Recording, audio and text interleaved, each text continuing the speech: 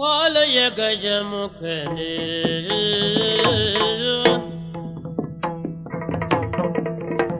ಪಾಲಯ ಗಜಮುಖನೇ ಗಜಗಿರಿ ಆಲಯ ನಿಜ ಗಹನೆ ಗಜಗಿರಿ ಆಲಯ ನಿಜ ಗಹನೆ ಬಾಲರು ಭಕ್ತಿಯೊಳಪೇಳುವ ಕಥನಕ್ಕೆ ಬಾಲರು ಭಕ್ತಿಯೊಳಪೇಳುವ ಕಥನಕ್ಕೆ ಮೇಲೆನಿಸುವ ಶುಭ ದೋರುತ ಸಲಹೆ ಬಾಲರು ಭಕ್ತಿಯೊಳಪೇಳುವ ಕಥನಕ್ಕೆ ಮೇಲೆನಿಸುವ ಶುಭ ದೋರುತ ಸಲಹೆ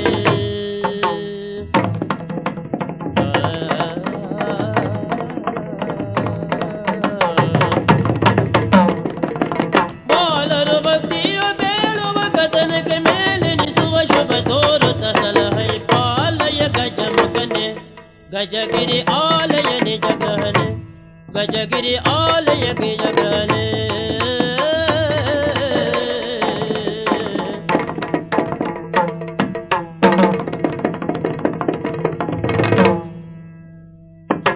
ಬಾಲರು ಭಕ್ತಿಯೊಳಪೇಳುವ ಕಥನಕ್ಕೆ ಮೇಲೆನಿಸುವ ಶುಭ ದೋರುತ ಸಲಹೆ ಪಾಲಯ ಗಜಮುಖನೆ ಗಜಗಿರಿ ಆಲಯ ನಿಜ ಗಹನೆ ಇಂದಿರೆಗೆ ತಲೆಬಾಗಿ ಪರಮಾನಂದ ಭಕ್ತಿಯೊಳಜನ ಧ್ಯಾನಿಸಿ ವಂದಿಸುವೆ ಶಾರದೆಗೆ ಶಕ್ರೋದಿ ಅಮರರಿಂಗರಿಗೆ ನಾಂದಿಯಳು ವರವ್ಯಾಸ ಮುನಿಪದ ದ್ವಂದ್ವ ಕಾನದನಾಗಿ ನಾಂದಿಯಳು ವರವ್ಯಾಸ ಮುನಿಪದ ದ್ವಂದ್ವ ಕಾನದನಾಗಿ ಕವಿಗಳ ಸಂದಣಿಗೆ ಬಲ ಬಂದು ಪೇಳುವೆನಿ ಕಥಾಮೃತವ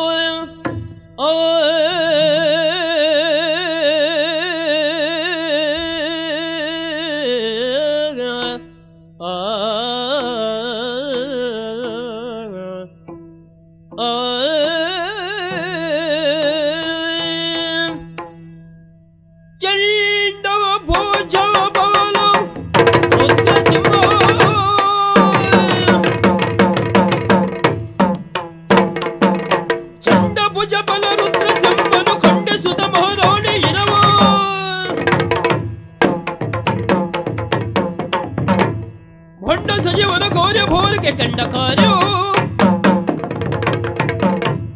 ಸಿಂಹವು ಮಲಗಿದ್ದಲ್ಲಿಯೇ ಬೇಟೆ ಬಂದು ಬೀಳುವುದಿಲ್ಲ, ಎದ್ದು ತಿರುಗಾಡಬೇಕು. ಈ ಸಿಂಹ ಗುಹೆಯಿಂದ ಈಚೆಗೆ ಸರಿದು ಬಂದಿದ್ದಾನೆ. ಈ ನಾಡಿನ ಸೇನಾಧಿಪತಿ ನಾನು. ಈ ಕಲ್ಯಾಣ ನಗರದಲ್ಲಿ ಹೆಣ್ಣು ಮಕ್ಕಳು ಧೈರ್ಯಸ್ಥರಾಗಿ ಬೀದಿಯಲ್ಲಿ ಸಂಚಾರ ಮಾಡುವರೆ ನನ್ನ ರಕ್ಷೆ. ನಿಮ್ಮ ಹೆಂಡತಿ ಮಕ್ಕಳು ಸುಖ ನಿದ್ದೆ ಮಾಡಬೇಕಾದ್ರೆ ಅದಕ್ಕೆ ನನ್ನ ರಕ್ಷೆ. ಜನ ಎಷ್ಟು ಬೇಗ ನನ್ನನ್ನು ಮರೆತು ಬಿಟ್ಟ ನೋಡಿ. ಈ ಊರಿನ ಸೇನಾಧಿಪತಿಯಾಗಿರುವಂತಹ ನಾವು ಚಳಿಯೇನು, ಮಳೆಯೇನು, ಬಿಸಿಲೇನು, ಗುಡ್ಡಗಾಡೇನು ಎಲ್ಲೆಂದರಲ್ಲಿ ಸಂಚಾರ ಮಾಡಿ ದೇಶದ ಸರ್ವತೋಭದ್ರವಾದಂತಹ ರಕ್ಷೆಯನ್ನು ಒದಗಿಸಿದರೆ ನಮ್ಮನ್ನು ಮರೆತೇ ಕಾರ್ಯಾಚರಣೆ. ಅರಮನೆಗೆ ನಮ್ಮನ್ನು ಕರೆಯುವುದಿಲ್ಲ.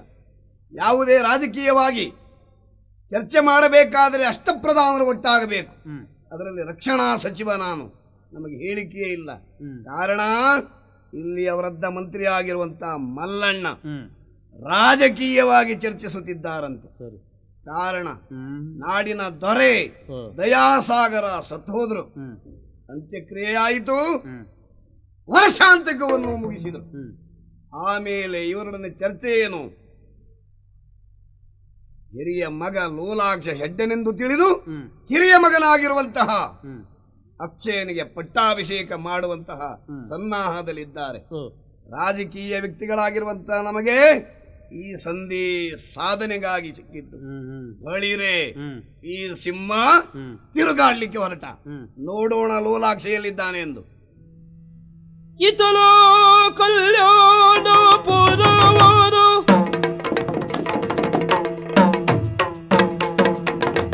ಇತಲೋ ಕಲ್ಯಾಣ ಪುರವರು ಪುತ್ರನಾಹ ಲೋ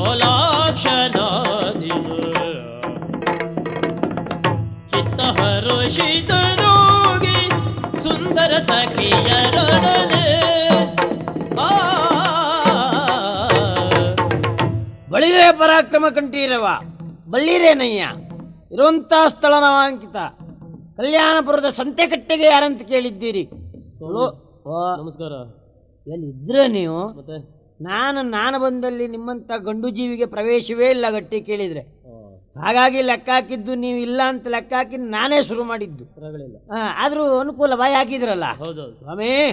ನನ್ನ ಪರಿಚಯ ಆಯ್ತಲ್ವ ನಿಮಗೆ? ನನ್ನ ಪರಿಚಯ ಇಲ್ವಾ? ಲೋಲಾಕ್ಷ ಇಲ್ಲಿಯ ರಾಜ್ಕುಮಾರನೇ ನಾನು ನೋಡಿ. ಹೌದಾ? ಹಾಗಂತ ನಾನು ಇರುವುದೆಲ್ಲಿ ಕೇಳಿದ್ರೆ ಅರಮನೆಯಲ್ಲಿ ಇರುವುದು ಬಹಳ ಕಡಿಮೆ. ನಮ್ದು ಏನಿದ್ರು ಸಂತೆಕಟ್ಟೆಯಿಂದ ಪ್ರಾರಂಭ, ಕೊನೆಗೆ ಉಪವನದ ತುದಿಗೆ ಮುಕ್ತಾಯ ನಮ್ಮದ್ದು ಸಂತೆಕಟ್ಟೆ. ಹೌದು, ದಿನನಿತ್ಯ ನಾನಲ್ಲೋ ಕೂತ್ಕೊಳ್ಳುವುದು. ಈಗ ರಾಜಕುಮಾರ ಅಲ್ಲೋ ಕೂತಂದ್ರೆ ಎಷ್ಟು ಜನ ನೋಡ್ಲಿಕ್ಕಿಲ್ಲ, ಹಾಗೆ ಅದೆಷ್ಟೋ ಜನ ಹೆಣ್ಣು ಮಕ್ಕಳು ಬರುವುದು. ಯಾವತ್ತೂ ಇದ್ದವ್ರಿದ್ರೆ ಆ ಪ್ರಶ್ನೆ ಬೇರೆ. ಹೊಸತೇನಾದ್ರೂ ಸಿಕ್ಕಿದ್ರೆ ಅಲ್ಲೇ ವ್ಯವಹಾರ ಮಾಡಿಕೊಂಡು ನಾನು ಮಾತಾಡ್ಕೊಂಡು ನೇರ ಉಪವನಕ್ಕೆ ಅಲ್ಲಿ ಹೋದ್ರೂ ಶುರುವಾಯ್ತು ನೋಡಿ. ನಾವು ಆಕಾಶ ನೋಡ್ತೀರಾ, ಕೆಳಗೆ ನೀರು ನೋಡ್ತೀರಾ, ಏನೇನುಂಟು ಎಲ್ಲ ಅಲ್ಲೇ. ನೀಲ ಗಗನದಿಂದ ಶುರು ಮಾಡಿ ಜಲಜಾಕ್ಷೇ ಬಾರೆ ಅಲ್ಲಿಂದ ಮತ್ತೆ ಅಲ್ಲಿಗೆ ಮುಗಿಸುವುದು. ನಾನು ಯಾವತ್ತಿನಂತೆ ಇವತ್ತು ಹೋಗಬೇಕು ಅಂತ ವಿಚಾರ ಮಾಡ್ತಾ ಇದ್ದವ. ನಮ್ಮ ಅನುಕೂಲಕ್ಕೆ ಆ ನಾಗವೇಣಿ ಇವತ್ತು ಬರಲೇ ಇಲ್ಲ ನೋಡಿ. ಬರಲೇ ಇಲ್ಲ. ಅದ್ಯಾರದು? ಲೋಲಾಕ್ಷ, ಓ ನನ್ನ ಪರಿಚಯವಾಯ್ತೇನೋ? ಅದೇ ಯಾರು ನೀವು? ಯಾರು ನೀನು ಮರೆತೇನೋ? ಅದೇ ಮರೆಯಲಿಕ್ಕೆ ನೀವು ಮೊದಲು ನೆನಪಿದ್ರಲ್ವಾ? ನಿನ್ನನ್ನು ನಿನ್ನ ತಮ್ಮನನ್ನು ಆಶ್ರಮಕ್ಕೆ ಕರೆದುಕೊಂಡು ಹೋಗಿ ಬಿಟ್ಟು ಬಂದವ ನಾನು. ಓಹೋ, ಹೌದು, ನೀವೇ ಅಲ್ವಾ? ಸೇನಾಧಿಕಾರಿ. ಅಲ್ಲ, ನೀವು ಹೇಳಿದ್ಮೇಲೆ ಗೊತ್ತಾಯ್ತು ನನಗೆ. ಅದು ಪ್ರಶ್ನೆ ಬೇರೆ. ಸೇನಾಧಿಕಾರಿಯ ಬಂದದ್ದು ಯಾಕೆ ಸ್ವಾಮಿ? ನಿನ್ನನ್ನು ಎಬ್ಬಿಸ್ಲಿಕ್ಕೆ. ಮಲಗಿದ್ರಲ್ವಾ? ನೀನು ಮಲ್ಕೊಂಡೇ ಇದ್ದೀಯಾ? ಹೇಗೆ ಹೇಳ್ತೀರಿ? ಎಚ್ಚೆತ್ತುಕೋ. ಆಲಿಸಿತ್ತೋ ಅರಗುವರ ಆಲಿಸಿತ್ತ ಸಂಯಮದಿ ಒರೆಯಬೇಕೆಮ್ಮ ಚಿತ್ತ, ಸಂಯಮದಿ ಒರೆಯಬೇಕೆಮ್ಮ ಚಿತ್ತು. ಕಿರಿಯರ ಸಾಗಿ ಮೆರೆಯೇ ನಿಮ್ಮವರ ಪರಿತೋಷ ನಿಮಗೆ ಸರಿಯೇ.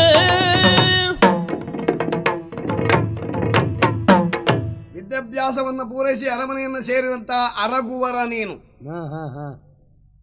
ಅರಗುವರ ಅಂದ್ರೆ ಅರಸುಕುಮಾರ. ಹೌದಪ್ಪ. ಆದ್ರೆ ನೀನು ಅರ್ಧ ಅರಸುಕುಮಾರ. ಈಗ ಯಾಕೆ? ಯಾಕೆ? ಆ ಯೋಗ್ಯತೆಯನ್ನು ಪಡೆದುಕೊಳ್ಳಬೇಕಂತ ಹಂಬಲ ನಿನಗಿಲ್ಲ. ಅಂದ್ರೆ ಕಾರಣ ಅರಮನೆಯಲ್ಲಿ ಬೇಕಾದಷ್ಟು ಸುಖ ಇದ್ರು ಬೀದಿಗಿಳಿದಿದ್ಯಾ. ಅಂದ್ರೆ ಲೋಲಾಕ್ಷರೊಂದಿಗೆ ನಿನ್ನ ಜಲಕೇಳಿ ವನವಿಹಾರ. ಅಲ್ಲ, ನೀನು ನೋಡಿದೀಯ ಅದು? ಓಹೋ, ನಾನು ಕೇಳಿ ಬಲ್ಲೆ, ನೋಡಿಯೂ ಬಲ್ಲೆ. ನೀ ಇಂಥದ್ದೆಲ್ಲ ಬಂದು ನೋಡ್ತೀಯ ಅಲ್ವಾ? ಖಂಡಿತ. ಬೇರೆ ಕೆಲಸ ಇಲ್ಲದ್ರೆ ಮತ್ತೇನು ಮಾಡ್ತೀನಿ? ಅಲ್ಲ, ನಿನಗಾಗಿ ಕಾರಣ ಉಂಟು. ಏನು? ಅರಮನೆಯಲ್ಲಿ ಏನು ನಡೀತಾ ಇದೆ ನಿನಗೆ ಅದರ ಪೂರ್ಣ ಪರಿಚಯ ಇಲ್ಲ. ಅಂದ್ರೆ ಹೇಳಬೇಕಾಗಿದೆ. ನೀನಿಲ್ಲಿಯ ದೊರೆಯ ಹಿರಿಯ ಕುಮಾರ. ಅದು ನೀ ಹೇಳಿ ನನ್ಗೆ ಗೊತ್ತಾಗಬೇಕಾ? ಯಾಕೆ? ನಿನಗೆ ಗೊತ್ತಾಗಿದೆ. ನಿನ್ನ ತಮ್ಮ ಅಕ್ಷಯ ನಿನ್ನನ್ನು ಅಣ್ಣ ಅಂತ ಕರೀತಾನೆ. ಹೌದು. ಆದ್ರಿಂದ ನೀನು ಹಿರಿಯವ ಅಂತ ನಿನಗೆ ಗೊತ್ತಾಗಿದೆ. ಅಷ್ಟರ ಮಟ್ಟಿಗೆ ನಿನ್ನ ವ್ಯಕ್ತಿತ್ವ ಸೀಮಿತವಲ್ಲ. ನೀನು ಗಗನದಲ್ಲಿ ಹಾರುವ ಹಕ್ಕಿ ಆಗಬೇಕು, ಉತ್ತುಂಗ ಶಿಖರಕ್ಕೆ ಏರಬೇಕು. ನಿನ್ನನ್ನು ಜನ ಗೌರವಿಸಬೇಕಾದ್ರೆ ಈ ಉದ್ಯೋಗವನ್ನು ಬಿಡಬೇಕು. ಹೌದು, ನಿನ್ನ ಮಾತೊಂದು ಬೇರೆ ಕೆಲಸ ಇಲ್ಲ. ನನಗೆ ಗೊತ್ತಿಲ್ಲ ಅಂತ ಏನಕ್ಕೇನು ಹೇಳಲಿಕ್ಕೆ ಹೊರಟಿದ್ದೀಯಲ್ಲ. ನಾನು ಗಗನದಲ್ಲಿ ಹಾರುವ ಹಕ್ಕಿ ಆದ್ರೆ ನಿನಗೆ ಕೆಳಗೆ ನಿಂತ ಬೇಡ್ರವ ಆಗ್ತೀಯೋ ಏನೋ, ಒಂದು ಎಳೆದು ಬಿಡ್ತೀವಿ ಬಾಣ. ಹಾಗಲ್ಲ, ನೀನು ಸ್ವತಂತ್ರತೆಯಿಂದ ಇಲ್ಲಿ ವ್ಯವಹರಿಸಬೇಕು. ರಾಜಕುಮಾರನಾಗಿರುವಂತಹ ನೀನು ಇಂತಹ ವ್ಯವಹಾರಗಳನ್ನು ಕೈಗೊಂಡ್ರೆ ನಾಳೆ ನಿನ್ನಲ್ಲಿರುವಂತಹ ಎಲ್ಲವೂ ಕಳೆದು ಹೋದಾಗ ನೀನು ಬೀದಿ ಪಾಲಾಗ್ತಿ. ನಿನ್ನನ್ನು ಹೇಳುವವರು ಕೇಳುವವರಿಲ್ಲ.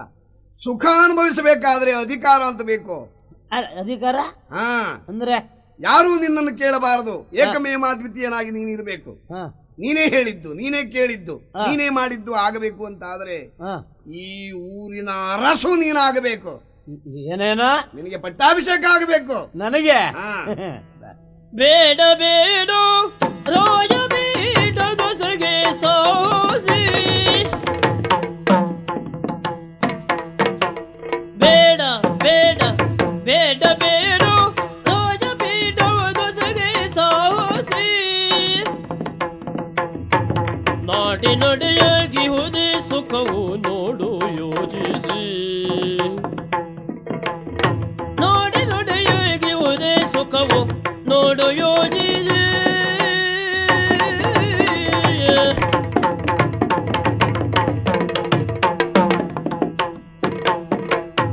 ಕೊಡುತ್ತಿರುವ ಶತ್ರು ಭಯವು ಜೀವಹಾನಿಯು ಏನು ಕಾಡುತ್ತಿರುವ ಶತ್ರು ಭಯವು ಜೀವಹಾನಿಯು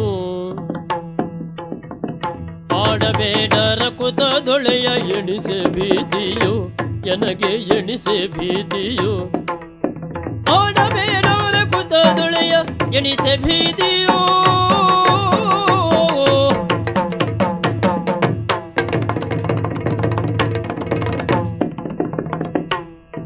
ನನಗೆ ಎಣಿಸೆ ಭೀತಿಯು ಮನದಿ ಎಣಿಸೆ ಭೀತಿಯು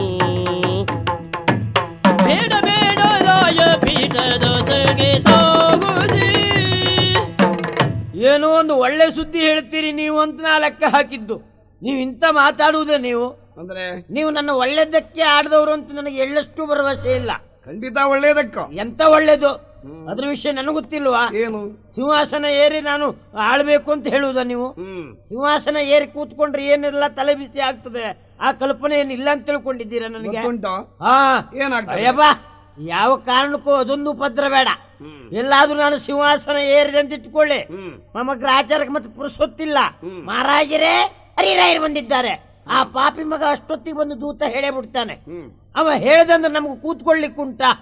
ಹೋಗ್ಬೇಕಾ ಬೇಡವಾ? ಹೋಗ್ಬೇಕು. ಹೋದನ್ನು ಯುದ್ಧ ಮಾಡುವುದು ಅಂದ್ರೆ ಏನು ಅಂತ ನನಗೆ ಗೊತ್ತಿಲ್ವಾ? ಮಾಡ್ಬೇಕು. ಅಯ್ಯೋ, ಮಾಡುವುದಂತದ್ದು ನನಗೆ ಯುದ್ಧ ಅಲ್ಲ, ಯುದ್ಧದ ಸ್ವಪ್ನ ಬಿದ್ದರೂ ಆಗುವುದಿಲ್ಲ.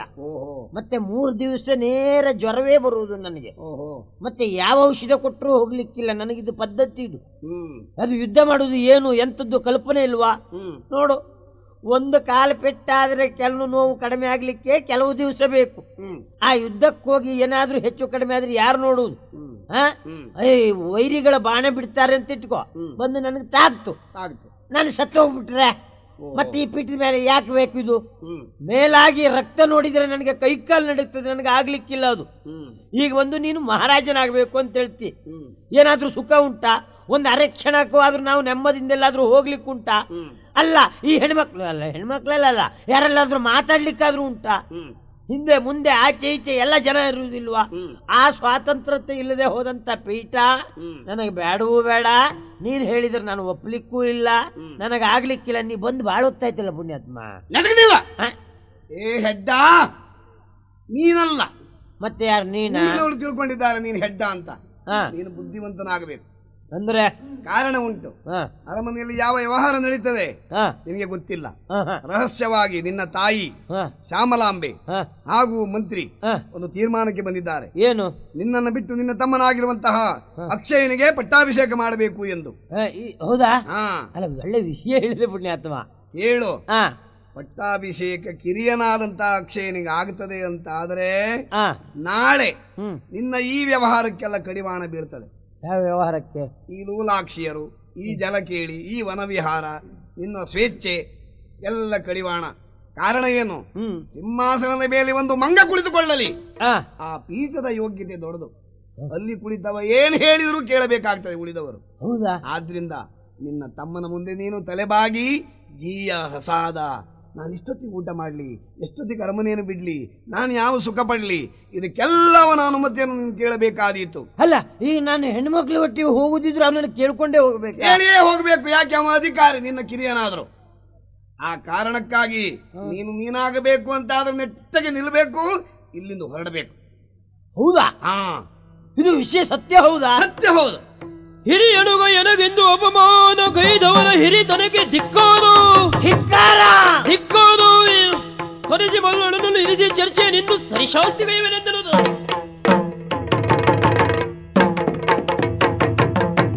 ಅಯ್ಯ ಪುಣ್ಯಾತ್ಮ ಸೇನಾಪತಿಯೇ, ನನ್ನ ಪಾಲಿಗೆ ನೀನು ದೇವರು ಬಂದಾಗೆ ಬಂದಿದ್ದೀಯ. ಅಪ್ಪ ಹಾಸಿಗೆ ಹಿಡಿದಿದ್ದಾರೆ, ಆರೋಗ್ಯ ಸರಿ ಇಲ್ಲದೆಯಿಂದ. ಆದ್ರೆ ಏನು ಮಾಡೋಣ ಹೇಳು? ಹೊಡೆದದ್ದಷ್ಟೇ ಅಲ್ಲ, ಅವ್ರ ಜೀವವು ಹೋಯ್ತು. ನನಗೆ ಕೊನೆ ಗಳಿಗೆಗೆ ಬಾಯಿಗೆ ನೀರು ಬಿಡ್ಲಿಕ್ಕೂ ಅವಕಾಶ ಆಗ್ಲಿಲ್ಲ. ಅಪ್ಪ ಐತ್ರಿ ಪರಿಸ್ಥಿತಿ ಆಗ್ತಾ ಇರ್ಲಿಲ್ಲ. ಇದು ನಮ್ಮ ಅಮ್ಮನ ಯಜಮಾನಿಕೆಲ್ಲ ಇಷ್ಟ ಆದದ್ದು. ಹಾಗಿದ್ರೆ ನನಗೇನು ಏನು ಅವನಿಗೆ ಅಧಿಕಾರ ಕೊಡ್ತಾ ಇದ್ದಾರೆ. ಇದು ನಿನಗೆ ಅಪಮಾನ. ನಾನು ಹಿರಿಯ ಎನ್ನುವುದು ಮರ್ತಿದ್ದಾರೆ, ನಾನು ಒಬ್ಬ ಮಗ ಎನ್ನುವುದನ್ನು ಮರ್ತಿದ್ದಾರೆ. ಹಾಗಿದ್ರೆ ಅವರ ಹಿರಿತನಕ್ಕೆ ಧಿಕ್ಕಾರ ಇರಲಿ. ನಾನು ಏನು ಮಾಡ್ತೇನೆ? ಅಪ್ಪ ಹೋದ್ರು ಚಿಂತೆ ಇಲ್ಲ, ನನ್ನ ಪಾಲಿಗೆ ಸದ್ಯಕ್ಕೆ ನೀನೇ ಅಪ್ಪ. ಅಂದ್ರೆ ಹೀಗೆ ಹಾಗೆ ಅಂತ ತಿಳಿ ಹೇಳಬೇಕಾದವನು. ನೀನು ಹೇಳದಂತೆ ನಾನು ಕೇಳ್ತೇನೆ. ಇದು ಮಾತ್ರ ಅಮ್ಮನಿಗೆ ಗೊತ್ತಿರದೇ ಇರಲಿ ಈ ವಿಷಯ. ನೀನು ಹೇಳಬೇಡ, ನಾನು ಹೇಳುವುದಿಲ್ಲ. ಕಪ್ಪಿಯು ಇಂಥವ ಹೇಳಿ ಕೊಟ್ಟದ್ದು ಅಂತ ಹೇಳಿದ್ರೆ ಜಾಗ್ರತೆ. ಸೇನಾಪತಿ ಹೇಳಿದ್ದು ಅಂತ ಹೇಳುವುದೇ ಇಲ್ಲ. ಗಟ್ಟಿ ಕೇಳಿದ್ರೆ ಅವ್ರು ಏನು ಹೇಳಿಲ್ಲ ಅಂತಲೇ ಹೇಳುವುದು. ನಾನು ಯಾವ ವಿಷಯ ಸೇನಾಪತಿ ಹೇಳಿದ್ದಲ್ಲ ಅಂತ ಹೇಳುವುದು. ಅಲ್ಲಿ ನನ್ನ ಹೆಸರು ಬಾರದೇ ಇರಲಿ. ನಿಮ್ಮ ಹೆಸರು ಅಲ್ಲಿ ಬರಬಾರದಾ? ಬೇಡ ಆಗಿದ್ರೆ ನಿನ್ನೊಂದಿಗೆ ನಾನು ಬರ್ತೇನೆ. ಹೌದಾ?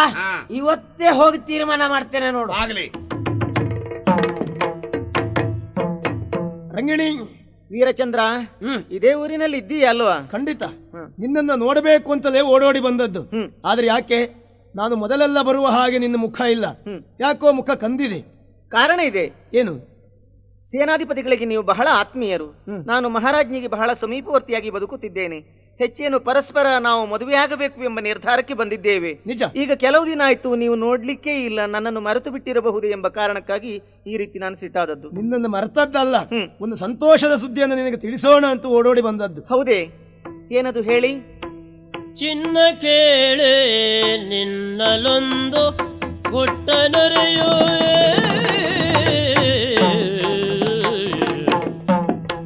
ಚಿನ್ನ ಕೇಳೆ ನಿನ್ನಲೊಂದು ಗುಟ್ಟ ನೊರೆಯುವೆ, ನಿನ್ನಳು ಗುಟ್ಟ ನೊರೆಯುವೆ. ಬಣ್ಣ ಮಾತಿರಲ್ಲ ನಿನ್ನ ಮನವ ಕೇಳುವೆ, ಬಣ್ಣ ಮಾತಿರಲ್ಲ ನಿನ್ನ ಮನವ ಕೇಳುವೆ.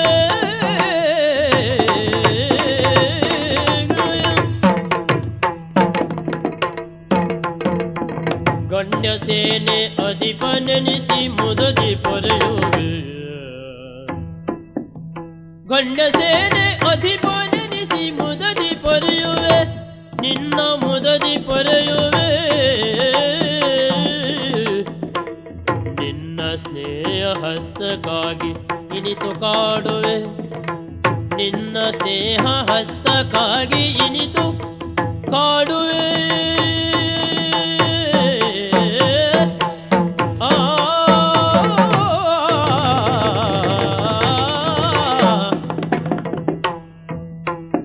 ಚಿನ್ನ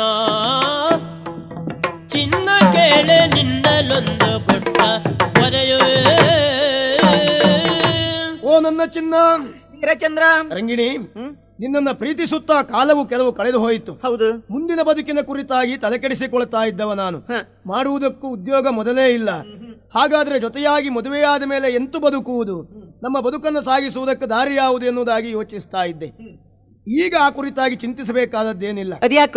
ಹುಟ್ಟು ನಿನ್ನಲ್ಲಿ ಹೇಳೋಣ ಅಂತಲೇ ನಾನು ಓಡೋಡಿ ಬಂದದ್ದೇ. ಏನದು? ಇಲ್ಲಿಯ ಸೇನಾಧಿಕಾರಿಗಳು ನನಗೆ ಬೇಕಾದಂತ ಎಲ್ಲ ಅನುಕೂಲತೆಯನ್ನು ಒದಗಿಸಿಕೊಟ್ಟಿದ್ದಾರೆ. ನನ್ನ ಬದುಕಿನಲ್ಲಿ ಇಂಥ ಒಂದು ಉತ್ಕರ್ಷ ಕಾಣುವುದಕ್ಕೆ ಕಾರಣೀಭೂತರು ಅವರು.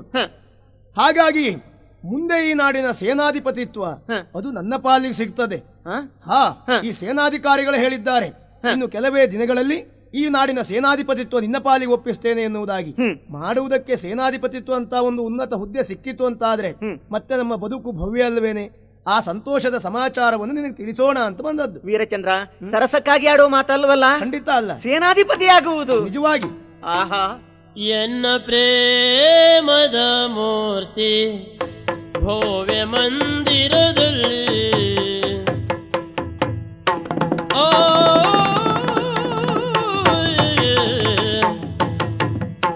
ಎನ್ನ ಪ್ರೇಮದ ಮೂರ್ತಿ ಭವ್ಯ ಮಂದಿರದಲ್ಲಿ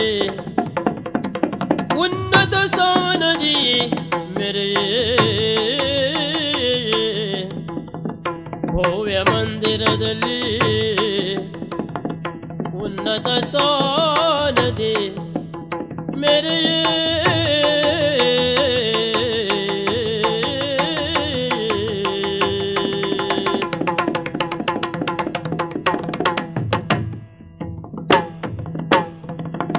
ಕನ್ನೆನ ಎರಡಾಡುವ ಮಾತುಂಟೆ ಪ್ರಿಯಕರ,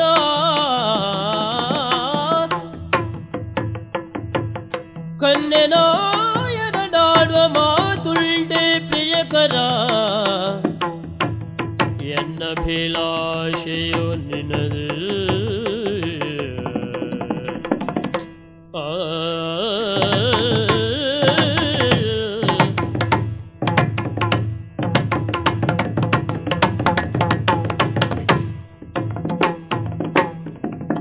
ಕನ್ನೆನ ಎರಡಾಡುವ ಮಾತುಂಟೆ ಪ್ರಿಯಕರ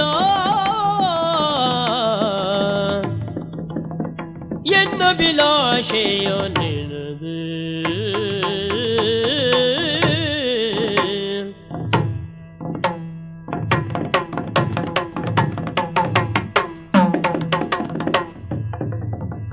ಕನ್ನೇನ ಎರಡಾಡುವ ಮಾತುಂಟೆ ಪ್ರಿಯಕರ ಎನ್ನ ಅಭಿಲಾಷೆಯ ನಿನದೇ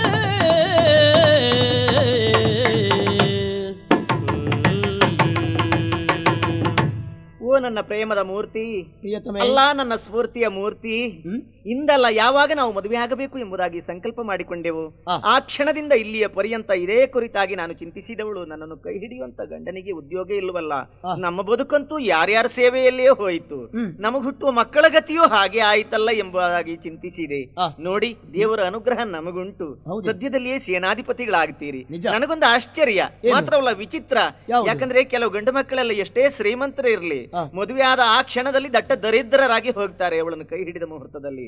ನನಗೆ ಮಾತ್ರ ಹಾಗಲ್ಲ, ಮದುವೆ ಆಗ್ತೇನೆ ಅಂತ ನೀವು ಸಂಕಲ್ಪ ಮಾಡಿಕೊಂಡ ಮಾತ್ರಕ್ಕೆ ಈ ಹುದ್ದೆ ಸಿಗ್ತದೆ.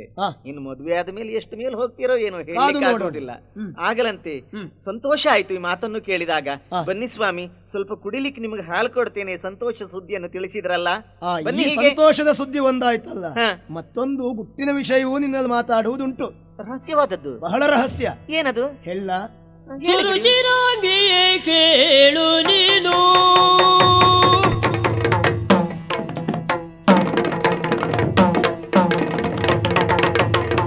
ಸುರುಚಿರಾಗಿಯೇ ಕೇಳು ನೀನು, ಕೇಳು ನೀನು, ಕೇಳು ನೀನು. ನಿನ್ನ ಅರಸಿಗೆ ಬಲು ಪ್ರೀತಿ ಅರಿತೆ ನಾನಿದನು, ನಿನ್ನ ಅರಸಿಗೆ ಬಲು ಪ್ರೀತಿ ಅರಿತೆ ನಾನಿದನು.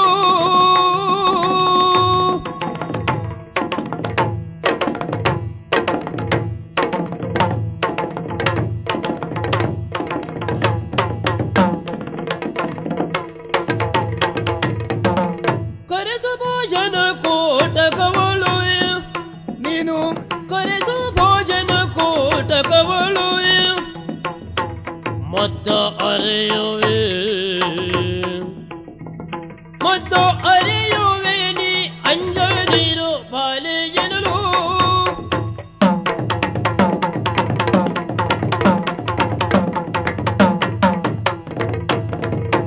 ಕರೆಸು ಭಜನ ಕೊಟಕವಳು ಮತ್ತ ಅರೆಯುವೆ, ಮತ್ತ ನರೆಯುವೆ ನೀ ನಂಜದಿರು ಬಾಲೆಯನಲು. ಸುರುಚಿರಾಗಿ ಕೇಳು ನೀನು.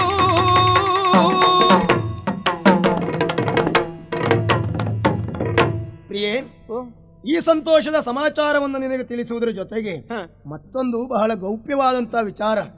ಏನದು? ಯಾರಿಗೂ ಗೊತ್ತಾಗಬಾರದು. ಈಗ ಸೇನಾಧಿಕಾರಿಯ ಪಟ್ಟ ನನ್ನ ಪಾಲಿಗೆ ಖಂಡಿತ ಸಿಗ್ತದೆ, ಆದ್ರೆ ಅಷ್ಟಕ್ಕೆ ಸೀಮಿತ ಆಗಿರಬಾರದಲ್ಲ. ಬದುಕಿನಲ್ಲಿ ಮತ್ತೆ ಮತ್ತೆ ಮೇಲಕ್ಕೆ ಬರಬೇಕು ಎನ್ನುವಂತಹ ಯೋಚನೆ ನನ್ನದ್ದು. ಅಲ್ಲ, ಎಲ್ಲರಿಗೂ ಆಸೆ ಇರ್ತದೆ ಬಿಡಿ. ಹಾಗಾಗಿ ಈಗಲೇ ಸ್ಥಾನವನ್ನು ಭದ್ರಪಡಿಸಿಕೊಳ್ಳುವ ಕುರಿತಾಗಿ ನಾನು ಯೋಚಿಸಿದೆ. ಅರಮನೆಯ ದಾಸಿಯಾಗಿರುವಂತಹ ನಿನಗೆ ಮಹಾರಾಣಿ ಅಂದ್ರೆ ಬಹಳ ಆತ್ಮೀಯಳು. ಅಯ್ಯೋ, ನಿನ್ನನ್ನು ಸಹ ಅವಳು ಅಷ್ಟೇ ಆತ್ಮೀಯತೆಯಿಂದ ನೋಡಿಕೊಳ್ತಾ ಇದ್ದಾಳೆ. ನೀನಲ್ಲಿ ನಂಬುಗಸ್ತಳಲ್ವೇನೆ. ಹಾಗಾಗಿ ಮೊದಲಾಗಿ ಮಹಾರಾಣಿಯನ್ನ ನಾವೊಂದು ಕೈ ನೋಡಬೇಕು ಅಂತ ಯೋಚಿಸಿದ್ದೇನೆ. ಈಗ ಅಂದ್ರೆ ಮತ್ತೇನಲ್ಲ, ಇನ್ನೊಂದು ಕೆಲಸ ಮಾಡು. ಏನು? ಆತ್ಮೀಯತೆಯಿಂದ ಭೋಜನ ಕೂಟಕ್ಕೆ ಆ ಮಹಾರಾಣಿಯನ್ನು ಆಹ್ವಾನಿಸು. ಅವಳನ್ನ ನೀನು ಭೋಜನ ಕೂಟಕ್ಕೆ ಕರ್ಕೊಂಡು ಬಂದೆ ಅಂತಾದ್ರೆ ಮೊದಲು ನಾನು ಅವಳಿಗೊಂದು ಮದ್ದು ಅರಿತೇನೆ. ಅವಳ ಸತ್ತಳು ಅಂತಾದ್ರೆ ನಮ್ಮ ಪೀಠ ಭದ್ರ. ವೀರಚಂದ್ರ, ಏನ್ ಹೇಳ್ತಾ ಇದ್ದೀರಿ? ಇನಿಯನಾಡಿದ ಮಾತ ಮರ್ಮವ ವನಿತೆ ರಂಗಿಣಿಯರಿತು ಚಿಂತಿಸು. ಇನಿತೋ ಎನ್ನಯ ಕನಸ ಸೌದವು ಕುಸಿದು ಹೋದುದೇ, ಎನ್ನಯ ಕನಸ ಸೌದವು ಕುಸಿದು ಹೋದುದೇ.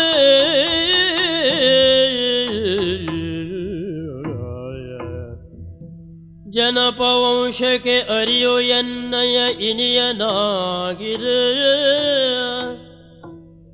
ಜನಪವಂಶಕ್ಕೆ ಅರಿಯೋ ಎನ್ನಯ ಇನಿಯನಾಗಿರೆ. ಸ್ವಾಮಿ ನಿಶ್ಚಯ ಎನಿತು ತೊರೆಯುವೆ ಸ್ವಾಮಿ ನಿಶ್ಚಯ ಎನಿತು ತೊರೆಯುವೆನೆನುತ ಮಮ್ಮಲ ಮರುಗಿದಳು ಬಾಲೆ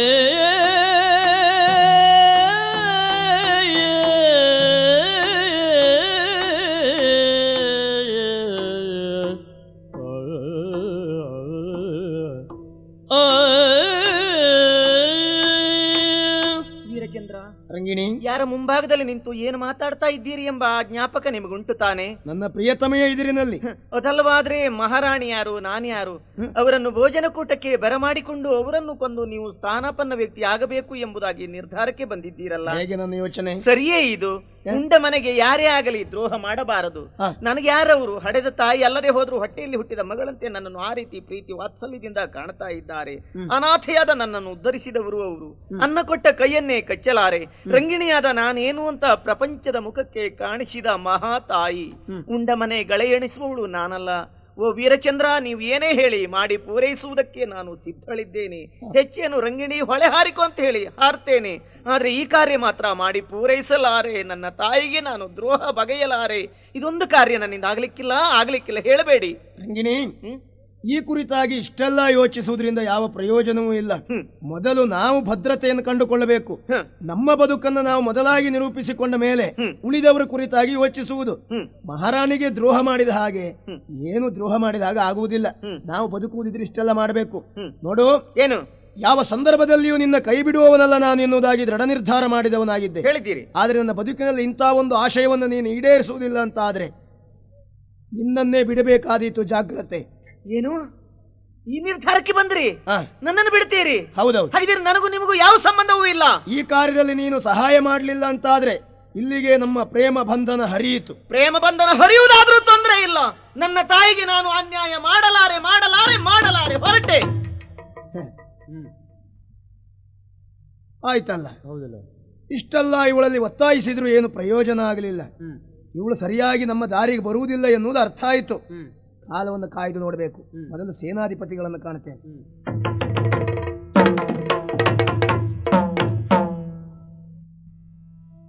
ಅಮ್ಮ ನಿಮ್ಮ ಕಂದರಲ್ಲಿ ಇನಿತು ಭೇದವೇ ಸುಮ್ಮನೆ ಕೇಳುವೀರೆನ್ನ ಇದು ವಿನೋದವೇ ತಮ್ಮ ನಿಂಗೆ ಪಟ್ಟವೀವ ಪೂರ್ವ ಯೋಜಿಸಿ ಎನ್ನ ಘೋರೆಯೇರಿ ವಿಜಯ ಧ್ವಜವ ಹಾರಿಸಿ.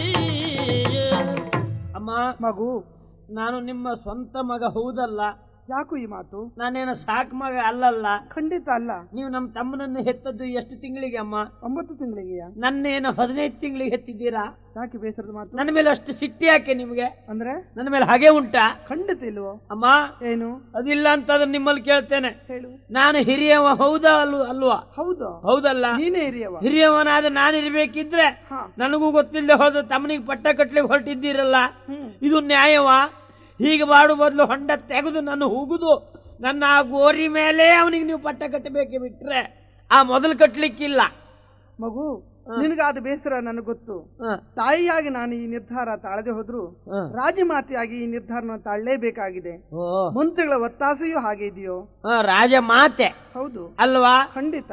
ಯಾವ ರಾಜರಿಗೆ ಮಾತೆ ನೀವು? ನೋಡು, ಒಂದು ಮಾತು ನೆನಪಿಟ್ಟುಕೋ. ರಾಜನಾಗಿರುವಂತಹದ್ದು ಸುಲಭದ ಮಾತಲ್ಲ. ಮಕ್ಕಳಾಟಕ್ಕೆ ವಸ್ತು ಅಲ್ಲ ಅದು. ಅದಕ್ಕೆ ಇರಬೇಕಾಗಿರುವಂತಹ ತೀಕ್ಷ್ಣವಾದ ಬುದ್ಧಿ ನಿನಗಿಲ್ವೋ? ನೋಡೆ, ಇದು ನನ್ನ ಹೆಡ್ ಅಂತ ಮಾಡಿದ್ದೆ ನೀವು. ಖಂಡಿತ ಅಲ್ಲ. ಊರಿನಲ್ಲಿ ಮತ್ತೆ ಯಾರು ಹೇಳುವುದಿಲ್ಲ, ಸೇನಾಪತಿಗಳು ಹೇಳುವುದಿಲ್ಲ, ಉಳಿದವ್ರು ಯಾರು ಹೇಳುವುದಿಲ್ಲ. ನಿಮಗೆ ನನ್ನ ಮೇಲೆ ಹಾಗೆ ಉಂಟು ನೋಡಿ. ನಾ ಒಂದೇ ಮಾತಾಡ್ತೇನೆ, ಮರ್ಯಾದೆಯಿಂದ ನನಗೆ ಅಧಿಕಾರ ಕೊಟ್ರಿ ಅದಿಲ್ಲ ಅಂತ ಆದ್ರೆ ಮತ್ತೆ ಯಾವುದೇ ಕಾರಣಕ್ಕೂ ನಾನು ಜೀವಂತ ಇರ್ಲಿಕ್ಕಿಲ್ಲ. ನೀವು ತಂದಿಟ್ಕೊಂಡು ವಿಷಯ ಇದ್ರೆ ನನಗೆ ಕೊಡಿ ಮೊದಲು. ಹೌದು, ನಾನು ಸತ್ತ ಮೇಲೆ ಏನು ಅಂತ ನೋಡುವ. ಮಹಾರಾಣಿಯವರೇ, ಸೇನಾಧಿಪತಿ ಲೋಲಾಕ್ಷ ಹೇಳಿದ ಮಾತು ಸತ್ಯವಿದೆ. ಅಂದ್ರೆ ಆಚಾರ ಅಂತ ಒಂದಿದೆ. ಹೌದು. ಮನೆಯಲ್ಲಿ ಹಿರಿಯವನಿಗೆ ಗೌರವ ಸಲ್ಲಿಸುವುದು ಅದು ಪ್ರಾರಂಭವಾಗುವುದು ಅರಮನೆಯಲ್ಲಿಯೇ. ಹಿರಿಯನಾಗಿರುವಂತಹ ಇವರನ್ನ ನೀವು ಅವಮಾನಿಸಿದ್ರು ಅಂತ ಆದ್ರೆ ಊರಿನವರೆಲ್ಲ ಅದೇ ದಾರಿ ಹಿಡಿದ್ರೆ ನಾಳೆ ಜನರು ಈ ಮಾತನ್ನ ಕೇಳಿ ದಂಗೆ ಹೇಳ್ತಾರೆ, ಅರಮನೆಯಲ್ಲೇ ಆಚಾರ ಸರಿ ಇಲ್ಲ ಅಂತ. ಅವರೆಲ್ಲ ದಂಗೆ ಇದ್ರೆ ಮುಂದೆ ಅದನ್ನು ನಿಲ್ಲಿಸಬೇಕಾದಂತಹ ಹೊಣೆಗಾರಿಕೆ ನಮಗೆ ಅಲ್ಲವೇ? ಹೌದು. ಮುಂದಾಗುವಂತಹ ಅಪಾಯವನ್ನು ಹಿಂದೆ ತಪ್ಪಿಸಿಕೊಳ್ಳುವ ಉದ್ದೇಶಕ್ಕಾಗಿ ಏನಿದ್ದರೂ ಈ ಲೋಲಾಕ್ಷನೇ ಅರಸನಾಗಲಿ. ಬರಿದ ಚಿಂತಿ ಬಿರೇಕೆ ತಾಯೇ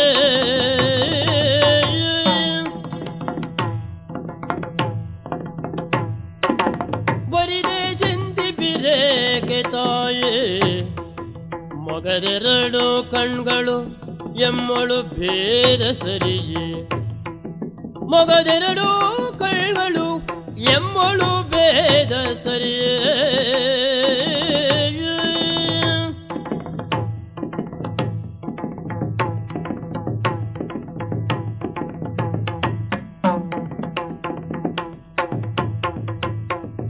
ತೊರೆಯ ನಾನೀತಿಯ ಅರಿಯಾಗೆ ಅಣ್ಣಗೆ ತೊರೆಯ ನಾನೀತಿಯ ಅರಿಯಾಗೆ ಅಣ್ಣಗೆ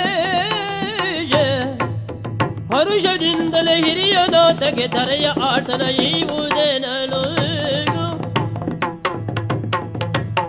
ಬರಿದೆ ಚಿಂತಿ ಬಿರೇಕೆ ತಾಯೇ ಮೊಗದೆರಡು ಕಣ್ಗಳು ಎಮ್ಮಳು ಭೇದ ಸರಿಯೇ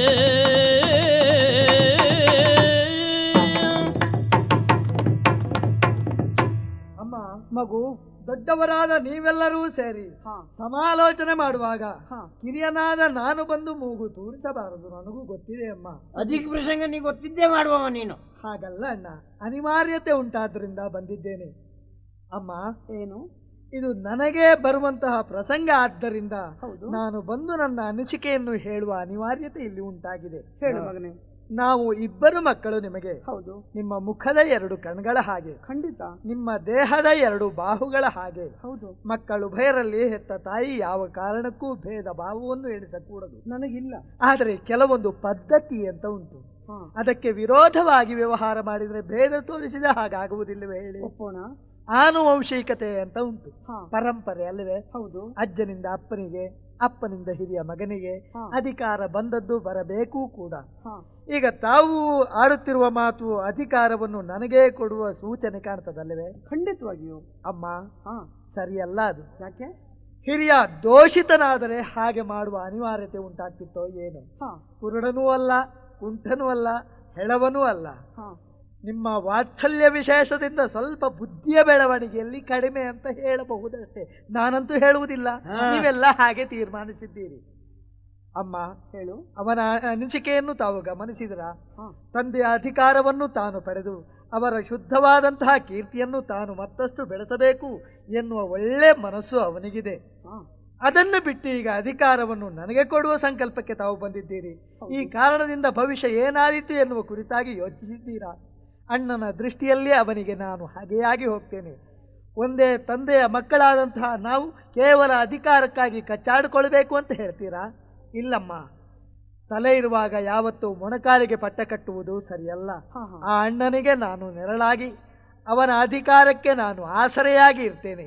ಖಂಡಿತ ಅಣ್ಣನೇ ಅಧಿಕಾರವನ್ನು ಪಡೆಯಬೇಕು. ನಾನವನ ಸೇವಕನಾಗಿ ಸಹಾಯ ಮಾಡ್ತೇನೆ. ಸಾರ್ಥಕವಾಯಿತು ಕಂದ.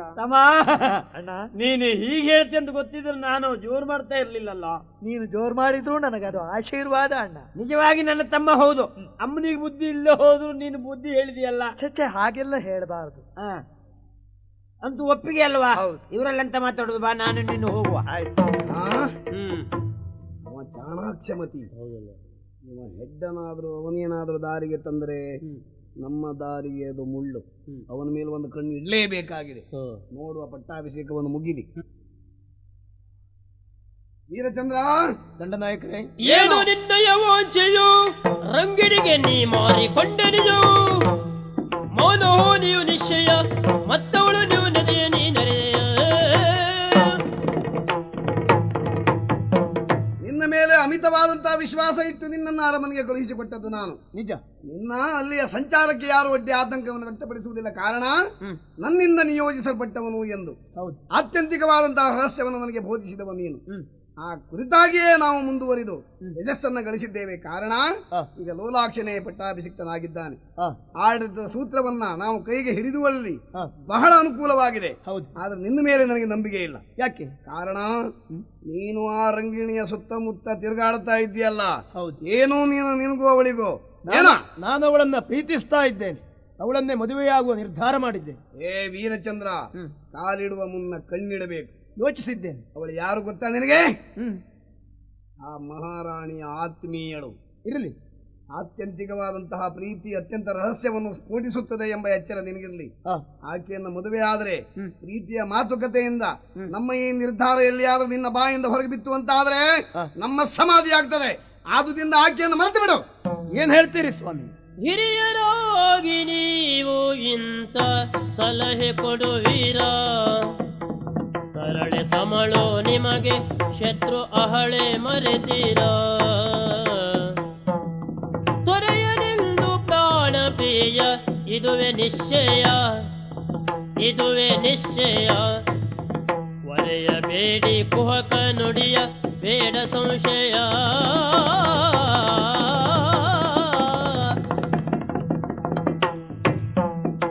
ಹಿರಿಯರಾಗಿ ನೀವು ಇಂಥ ಸಲಹೆ ಕೊಡುವಿರ?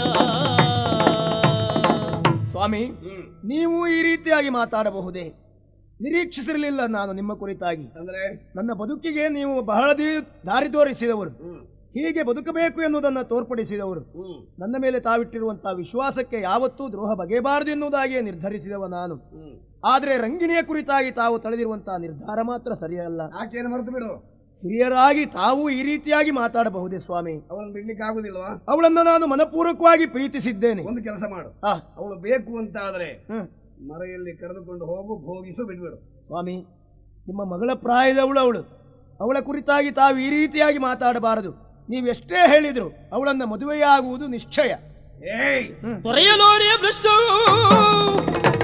ತೊರೆಯಲೋರಿಯ ಭ್ರಷ್ಟ ಕೈಯವೆ ಸುಖದೊಳಗೆಂದು ನೋಡು. ವರದ ಬುದ್ಧಿಯ ಪದ್ಯ ಹೋಗುದು ಮತ್ತರವೇ.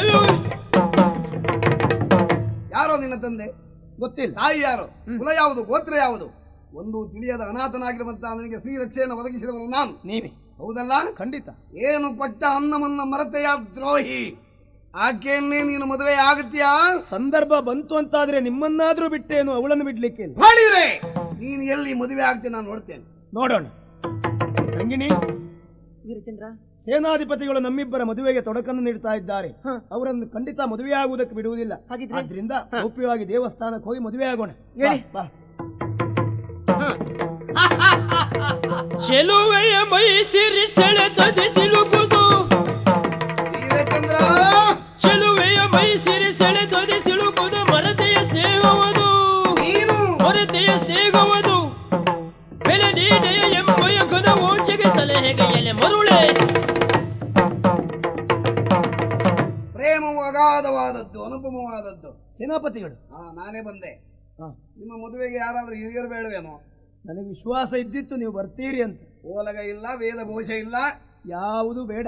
ಯಾರು ಬೇಡ ನಿನಗೆ. ಯಾರು ಇಲ್ಲದೇ ಇದ್ರು ತಾವಾದ್ರೂ ಬಂದಿದ್ದೀರಲ್ಲ. ನಿನ್ನ ಪವಿತ್ರ ಪ್ರೇಮಕ್ಕೆ ನಾನು ಮೆಚ್ಚಿದ್ದೇನೆ. ಈಗಾಗಲೇ ನಾನು ಅವಳನ್ನ ಬಹಳ ಸಂಗಾತಿಯನ್ನಾಗಿಸಿಕೊಂಡಿದ್ದೇನೆ. ಬಹಳ ಸಂತೋಷವಾಯಿತು. ಬಂದ ತಾವು ಬದುಕಿನಲ್ಲಿ ನಮಗೆ ಒಳ್ಳೇದಾಗ್ಲಿ ಅಂತ ಒಮ್ಮೆ ಆಶೀರ್ವಾದ ಮಾಡ್ಬೇಕಲ್ಲ ಸ್ವಾಮಿ. ಆಶೀರ್ವಾದ ಮಾಡಲೇಬೇಕು ಅಲ್ವಾ? ಏಯ್, ಸ್ವರ್ಗದಲ್ಲಿ ಸುಖವಾಗಿರು ಮಗನೇ. ಸ್ವಾಮಿ, ಏನು ನನ್ನನ್ನು ಸ್ವರ್ಗಕ್ಕೆ ಕಳುಹಿಸುವ ಆಲೋಚನೆಯ ನಿಮ್ಮದು? ಸ್ವಾಮಿ ರುದ್ರಸಿಂಹ, ಏನು ಅನ್ಯಾಯ ಮಾಡಿಬಿಟ್ಟೆ ಹೇಳು. ನನ್ನ ಪತಿಯನ್ನು ಇರಿದು ಕೊಂದೆಯಲ್ಲ, ವೈದವ್ಯ ದೀಕ್ಷೆಯನ್ನೇ ತಂದೊಡ್ಡಿ ಬಿಟ್ಟೆಯಲ್ಲ. ಹೆಣ್ಣಾದರೆ ಏನಂತೆ ನಿನ್ನನ್ನು ಬಿಡಲಾರೆ. ನಿನ್ನನ್ನು ಕೊಂದು ಆ ರಕ್ತದಿಂದ ನನ್ನ ಪತಿಗೆ ತರ್ಪಣ ಕೊಡುವ ಪರ್ಯಂತ ಈ ಕುಂಕುಮವನ್ನು ಅಳಸಲಾರೆ, ಅಳಸಲಾರೆ, ಅಳಸಲಾರೆ. ವಂದನೆ ಓರಿ ಒಂದು ಕದನಕ್ಕೆ ನಿಂದನೆ ಎಂಬವರ ಕದನನೆ ಕೊಂದನೆ. ಏನಚ್ಚರಿಯುತ್ತ ಮಂದಮತಿಯೋ.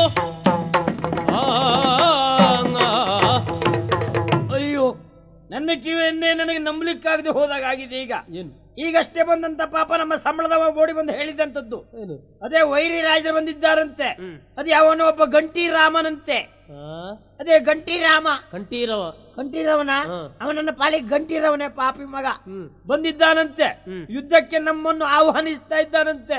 ಅಯ್ಯೋ, ನಾನು ಯಾವುದಕ್ಕೆ ಹೆದರ್ತಾ ಇದ್ನೋ ಅದೇ ಪ್ರಸಂಗ ಬಂತಲ್ಲ ಈಗ. ಹೌದಲ್ಲ? ಈಗ ನಾನು ಏನ್ ಮಾಡಿ ಸಾಯಬೇಕು? ನಾನು ರಣಕ್ಷೇತ್ರಕ್ಕೆ ಹೋಗ್ತೇನೆ ಅಂತಾದ್ರೆ ಭಟ್ರಿಗೆ ಶ್ರಾದ್ದ ಮಾಡ್ಲಿಕ್ಕೆ ಹಣ ಕೊಟ್ಟೇ ಹೋಗ್ಬೇಕು. ಅಂತ ಪ್ರಸಂಗ ಅಷ್ಟು ವಿಶ್ವಾಸ ನನ್ನ ಮೇಲೆ ಉಂಟು. ಏನ್ ಮಾಡ್ಲಿ ಈ ಪಾಪಿ ಮಗ ಸೇನಾಪತಿಯೂ ಇಲ್ಲಲ್ಲ, ಯಾರಲ್ಲಿ ಹೇಳಲಿ, ಯಾರಲ್ಲಿ ಹೇಳುವುದು? ಕಿವಿ ಕೊಟ್ಟು ಅನುಜನಿಗೆ ಕಿವಿ ಕೊಟ್ಟು ನೀ ಸಮರದ ಚಿಂತೆ ಬಿಟ್ಟು ಮನದಲ್ಲಿ ಮುದ ತೋಳಿನುತ್ತ ಅನುವರೆಗರೆ ಹೊರಬಿಡುವುದು. ಅಣ್ಣ ನಮಸ್ಕರಿಸಿಕೊಂಡೆ. ಏನಣ್ಣ ಇದು? ಏನು? ದೇಶಕ್ಕೆ ವಿರೋಧಿಗಳ ಆಕ್ರಮಣವಾದಾಗ ನೀನು ಕೆಚ್ಚದೆಯಿಂದ ರೋಷಾವೇಶದಿಂದ ಕುಣಿದಾಡಬೇಕಿತ್ತು, ಬದಲಾಗಿ ಏನನ್ನು ಯೋಚನೆ ಮಾಡ್ತಾ ಇದೆಯಲ್ಲ. ಕಾಲಿಡುವ ಪೂರ್ವದಲ್ಲಿ ಕಣ್ಣಿಡಬೇಕು ಅಂತ ಹೇಳಿಲ್ವೇನೋ ಹೆಡ್ಡ? ಸರಿ ಹೇಳಿದ್ದು ಹೌದು, ಕಣ್ಣಿಡಬೇಕು ಅಂತ ಮನವೊಳಗೆ ಕೂತ್ಕೊಂಡ್ರೆ ಕಣ್ಣಿಡ್ಲಿಕ್ಕೆ ಆಗ್ತದ? ನಾನು ಅದೇ ಕಣ್ಣು ಮತ್ತೆ ವಿಚಾರಕ್ಕೆ ಎಲ್ಲಕ್ಕೂ ಕೆಲಸ ಕೊಡ್ತಾ ಇದ್ದೆ. ಅಣ್ಣ ನಿನ್ನ ಕಣ್ಸನ್ನೆಯನ್ನೇ ಅರ್ಥ ಮಾಡಿಕೊಂಡು ನಮ್ಮ ದೇಶದಲ್ಲಿ ಮುನ್ನುಗ್ಗಬಹುದಾದಂತಹ ವೀರ ಯೋಧರು ಬಹಳ ಮಂದಿಗಳಿದ್ದಾರೆ. ಅವರು ಯಾರ ಅಗತ್ಯವೂ ಇಲ್ಲ. ಮತ್ತೆ ನಿನ್ನ ಒತ್ತಿಗೆ ಹುಟ್ಟಿದವನು ನಾನಿದ್ದೇನೆ. ಹ್ಞೂ ಹೇಳಣ್ಣ, ಬಂದಂತಹ ಶತ್ರುವಿನ ಸೊಲ್ಲ ಅಡಗಿಸಿ ಬರ್ತೇನೆ, ಅಪ್ಪಣೆ ಕೊಡು. ಯಾರು? ನೀನು ಯುದ್ಧಕ್ಕೆ ಹೋಗ್ತೀಯ? ನಾನು. ತಮ್ಮ ಕೇಳುದ ನುಡಿಯನ್ನು ಹರ್ಷ ಚಿತ್ತದಿ ನುಡಿದು ಬಾಲ ನಿನ್ನಯ ಮನವು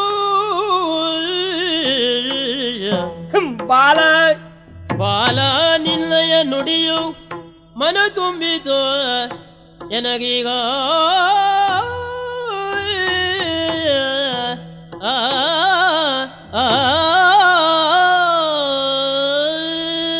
ತಮ್ಮ ಅಣ್ಣ, ರಣಕ್ಷೇತ್ರಕ್ಕೆ ಆಕ್ರಮಣ ಮಾಡಿ ವೈರಿಗಳನ್ನು ಹೇಗೆ ಸದೇಬೇಕು ಎನ್ನುವ ಕುರಿತಾಗಿ ವಿಚಾರ ಮಾಡ್ತಾ ಇದ್ದವ ನಾನು. ಓಹೋ, ಮತ್ತೆ ಅವರ ನಿರ್ನಾಮವನ್ನೇ ಮಾಡಬೇಕು, ಮತ್ತೆ ಶೇಷ ಉಳಿಬಾರದು ಅಂತ ಲೆಕ್ಕ ಹಾಕಿದವ.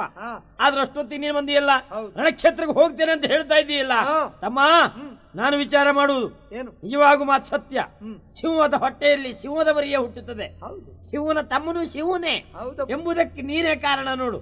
ಬಂದು ಹೋಗ್ತೇನೆ ಎನ್ನುವುದಾಗಿ ಹೇಳ್ತಾ ಇದ್ದೀಯಲ್ಲ, ನಾನೇ ಹೋಗಬೇಕಿತ್ತು, ಆದ್ರೂ ನಿನಗೆ ಅಪ್ಪಣೆ ಕೊಡ್ತೇನೆ. ಯಾಕೆ? ಇಂಥ ಒಬ್ಬ ಸಾಮಾನ್ಯ ಅರಸನಲ್ಲಿ ನೀನು ಹೋರಾಟ ಮಾಡಬೇಕು. ಸರಿ. ಯಾಕೆ? ಚಿಗುರನ್ನ ಮುರಿಯುವುದಕ್ಕೆ ಉಗುರು ಸಾಕಾಗ್ತದೆ ಅಲ್ವಾ? ಇದು ನಿನ್ಗೆ ಯುದ್ಧ ಅಭ್ಯಾಸಕ್ಕೆ ಇದು. ಹೌದಾ? ಇವ ಯಾವ ಲೆಕ್ಕವೋ ಅಲ್ವಾ? ಏನ್ ಅವನದ್ದು ಅಂಗೈಯಾಗಲ ರಾಜ್ಯ ಅಷ್ಟೇ. ಸರಿ ಕೂತ್ಕೊಳ್ಳಿಕ್ಕೆ ಸಿಂಹಾಸನ ಇಲ್ಲ ಪಾಪಿ ಮಗ. ಅವ ಬಂದಿದ್ದಾನೆ, ಮತ್ತೆ ಅವ ಯಾವ ಲೆಕ್ಕ? ನೀನೇ ಹೋಗು, ನಿನಗೆ ಅಭ್ಯಾಸ ಆಗಲಿ.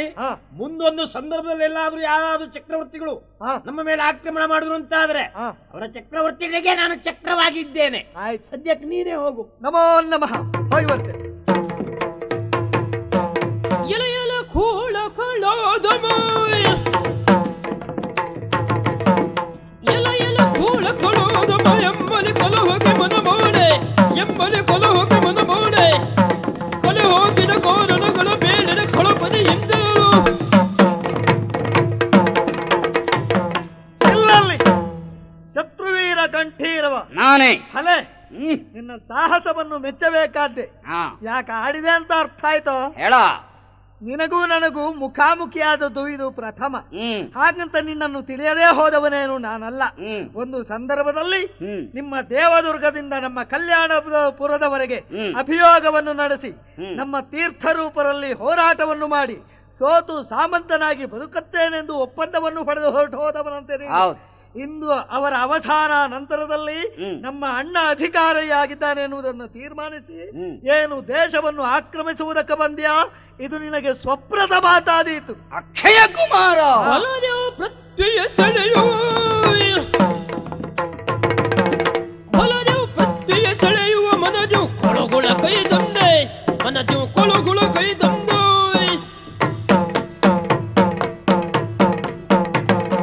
ಚಲಬರಿ ದೇಶಕ್ಕೆ ಬೋಲನೆ ನಿನಗೆ ನೆಲರಣ ತೀರಿಸೆಯೋ ಮರಳಿ ಯತ್ನವನ್ನು ಮಾಡು. ಈ ಸಿದ್ಧಾಂತವನ್ನೇ ನಂಬಿದವನು ನಾನು. ಸೋತವನು ಗೆದ್ದಾನು, ಗೆದ್ದವನು ಸೋತಾನು. ಯುದ್ಧ ಅಂತ ಹೇಳಿದ್ರೆ ಹಾಗೆ ಅಲ್ವೇನೋ? ಆ ಕುರಿತಾಗಿ ನೀನು ವಿಮರ್ಶೆ ಮಾಡಬೇಕಾಗಿಲ್ಲ. ಮತ್ತೆ ನನ್ನ ಜೀವನದ ನಡವಳಿಕೆಯೇ ಹೀಗೆ. ಯಾವ ಕ್ಷೇತ್ರದಲ್ಲಿ ಸೋತಿದ್ದೇನೋ ಅದೇ ಕ್ಷೇತ್ರದಲ್ಲಿ ಜಯಬೇರಿಯನ್ನು ಬಾರಿಸಬೇಕು ಎನ್ನುವುದಾಗಿ ಯುದ್ಧ ಮಾಡ್ತೀಯೋ ಒಪ್ಪಿಕೊಳ್ತೀಯೋ? ಮಾತೇನು ನನಗೆ ಮೋಸ ಮೋಸ ನೋಡು, ಕೈ ಬಿಡು. ಯಾರಲ್ಲಿ ಇವನ ಕೈ ಕಾಲನ್ನು ಕಟ್ಟಿ ಎಳ್ಕೊಂಡು ಹೋಗಿ ನಮ್ಮ ಪುರಕ್ಕೆ. ನಮಗೆ ಇವ ಅಗತ್ಯ ಉಂಟೋ? ಇವನ ಅಣ್ಣ ಬೇಕು. ಏರ್ ಬಿಡ್ತೇನೆ ಉಪ್ಪಳಿಗೆ ಮನೆಯನ್ನು ನೋಡೋಣ. ಅಂತೂ ನಾನು ಉಪ್ಪರಿಗಿಲ್ಲಿ ಬಂದು ಮಲಗಿದವ ಅಲ್ವಾ? ಯಾಕೆ ವಿಶ್ವಾಸ ಉಂಟು. ನನ್ನ ತಮ್ಮ ಹೋದ ಮೇಲೆ ಅವನನ್ನು ಸೋಲಿಸಿ ಅವನಿಂದಲೇ ಕಪ್ಪಗಾಣಿಕೆ ತಗೊಂಡು ಬರ್ತಾನೆ ಅಂತ ಹಾಯಾಗಿ ನಿದ್ದೆ ಮಾಡ್ತೇನೆ. ಬಂದು ನನ್ನ ಕಾಲು ಹಿಡಿದು ಎಬ್ಬಿಸ್ಬೇಕು ಅವನು. ಏ ಲೋಲಾಕ್ಷ, ಯಾವನ? ಏ ಲೋಲಾಕ್ಷ, ಏ ಯಾರ? ಎಳ ಮೇಲೆ. ಈ ಮಧ್ಯಾಹ್ನದಲ್ಲಿ ನಿದ್ದೆ ಮಾಡ್ತಾ ಇದ್ದಿ, ಎಳ ಮೇಲೆ. ಯಾರಿಗೆ ಜ್ವರ ಮಾಡುವುದು ನೀನು? ಕಣ್ಣು ಬಿಟ್ಟು ನೋಡ. ಅಲ್ಲ ನೀನು ಕಂಠೀರವ. ಓಹೋ, ಏನೋ ಎಲ್ಲಿಡ್ತಿ ಈಗ ತಂದದ್ದು? ಎಂತದ್ದ? ಇದು ಕಾಲು ಬುಡದಲ್ಲಿಡು, ದೂರಿಂದ ನಮಸ್ಕಾರ ಮಾಡು, ನಾನು ಕ್ಷಮಿಸ್ತೇನೆ, ಹಾಗೆ ಹೋಗು. ಏನು ಮೊದಲನೇ ಕಂಠೀರವ ಅಂತ ತಿಳ್ಕೊಂಡಿದ್ದೀಯಾ? ಮತ್ತೇನು? ಈಗಿನ ಕಂಠೀರವನ ಪರಿಯೇ ಬೇರೆ. ಏನು ಅವನ ಅಣ್ಣನ ಇವ?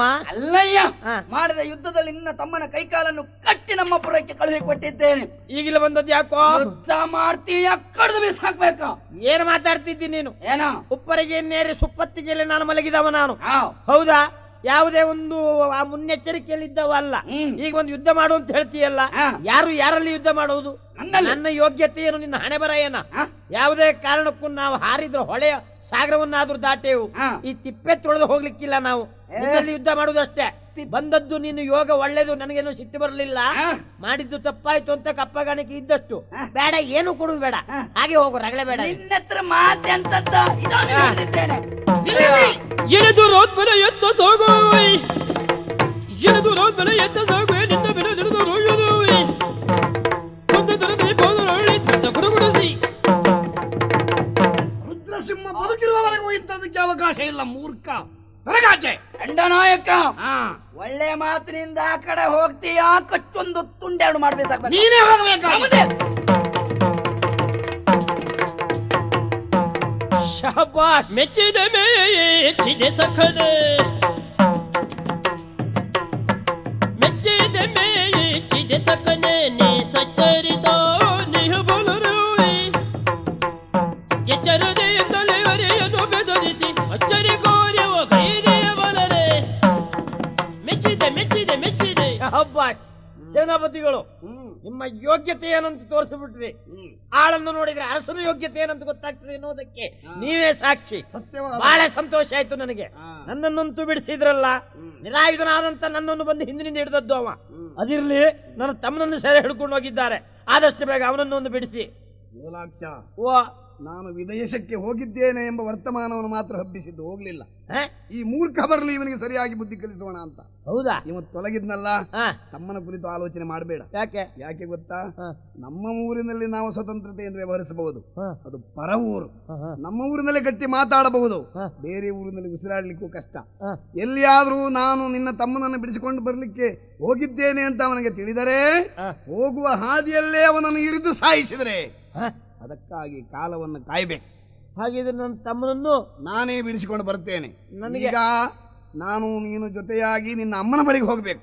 ಆದೀತು, ಬಾ ಹೋಗೋಣ.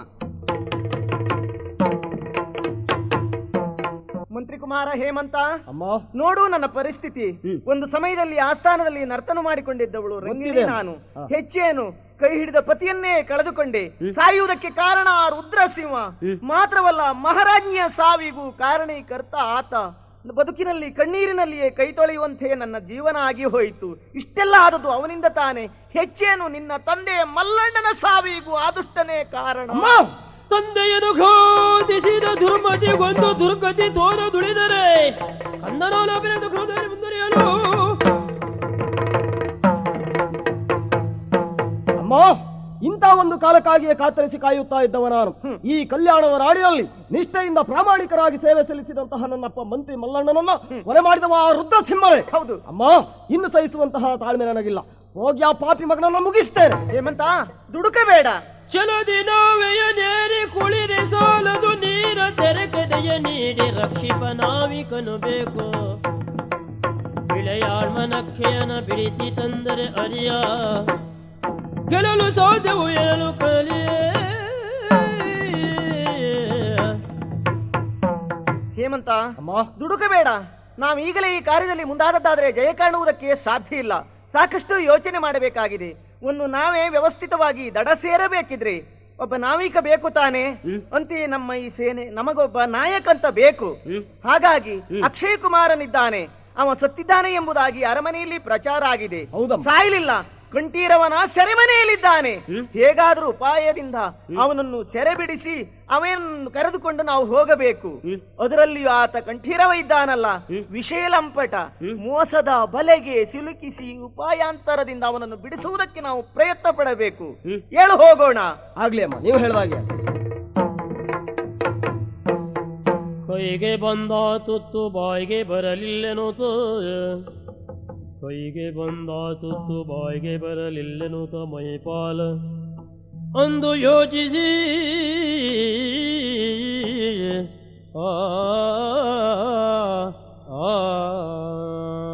ಅಬ್ಬಾ, ನನ್ನ ಯೋಜನೆಗಳೆಲ್ಲವೂ ತಲೆಕೆಳಗಾಗಿಯೇ ಹೋಯಿತಲ್ಲ. ಆ ರುದ್ರಸಿಂಹ ಒಂದು ಬಾರದೆ ಇದ್ರೆ ಅಂದಿನ ಆ ಕಲ್ಯಾಣ ನಗರದ ಅಧಿಕಾರ ನನ್ನ ವಶವರ್ತಿಯಾಗುತ್ತಾ ಇತ್ತು. ಸ್ವಾಮಿ, ಸೋತಿದ್ದೇನೆ ಎನ್ನುವುದರ ಕುರಿತಾಗಿ ನಾನು ಯೋಚಿಸಬೇಕಾದ್ದಿಲ್ಲ. 4 ಪೆಟ್ಟು ತಿಂದದ್ದು ಹೌದು, ಓಡ್ ಬಂದದ್ದು ಹೌದು. ಸೋತ್ರು ನಾನು ಗೆದ್ದಿದ್ದೇನೆ ಎನ್ನುವಂತಹ ಸಮಾಧಾನ ಉಂಟು. ಯಾಕೆ ಹೇಳಿ, ಅಲ್ಲಿಯ ಯುವರಾಜನ ತಮ್ಮನಾಗಿರುವಂತಹ ಅಕ್ಷಯ ಕುಮಾರನನ್ನು ರಟ್ಟೆ ಕಟ್ಟಿ ನನ್ನ ಸೆರೆಮನೆಯಲ್ಲಿ ಇಟ್ಟಿದ್ದೇನೆ. ಇದೇ ಯೋಚನೆಯಲ್ಲಿ ನಾನು ಗುಣಗುಣಿಸುತ್ತಿರುವಂತಹ ಸಂದರ್ಭ, ನಿನ್ನೆಯ ದಿವಸದಲ್ಲಿ ನಾಟ್ಯ ತಂಡವೊಂದು ನಮ್ಮಲ್ಲಿಗೆ ಬಂತಲ್ಲ, ನಾಟ್ಯಕ್ಕೆ ಅವಕಾಶ ಕೊಡಬೇಕು ಎನ್ನುವುದಾಗಿ ಕೇಳಿಕೊಂಡ್ರಲ್ಲ. ಏನು ನಾಟ್ಯ ತಂಡದವರನ್ನು ನೋಡಿ ನಾನು ನಾಟ್ಯಕ್ಕೆ ಅವಕಾಶ ಕೊಟ್ಟಿದಂತ ಮಾಡಿದ್ದೀರಾ? ಅಲ್ಲಿರಬಹುದಾದ ಒಬ್ಬಾಕೆ ಹೆಣ್ಣನ್ನು ನೋಡಿದೆ, ಏನು ರೂಪ ಅಂತ ಹೇಳುತ್ತೀರಿ. ಅವಳ ರೂಪಕ್ಕೆ ಮನಸೋತಿರುವಂತಹ ನಾನು ನಾಟ್ಯಕ್ಕೆ ಅವಕಾಶವನ್ನು ಕೊಟ್ಟಿದ್ದೇನೆ. ನಾಟ್ಯದಲ್ಲಿ ತಮ್ಮದಾಗಿರುವಂತಹ ಆ ಒಂದು ಪ್ರವೀಣತೆಯನ್ನು ಅವರು ಮೆರೆದಿದ್ದಾರೆ. ಆದ್ರೆ ಯಾಕೋ ಏನು ಅವಳದ್ದೇ ಹಂಬಲ್ಲು. ಅವಳೇ ನನ್ನ ಕಣ್ಮುಂದೆ ಬಂದು ನಿಂತ ಹಾಗೆ. ಏನೇ ಇದ್ರು ರಾತ್ರಿಯ ಸಂದರ್ಭ, ಅವಳಿರುವಂತಹ ಭವನಕ್ಕೆ ಪ್ರವೇಶ ಮಾಡ್ತೇನೆ, ನೋಡೋಣ ಮತ್ತೆ. ಬೋರೆ ನೀರೆ ಚೆಲುವೆ ಬೋರೆ ನೀರೆ ಚೆಲುವೆ ಮನ್ಮನ ಸೂರೆಗೊಂಡು ಸೆಳೆವೆ ಮನ್ಮನ ಸೂರೆಗೊಂಡು ಸೆಳೆವೆ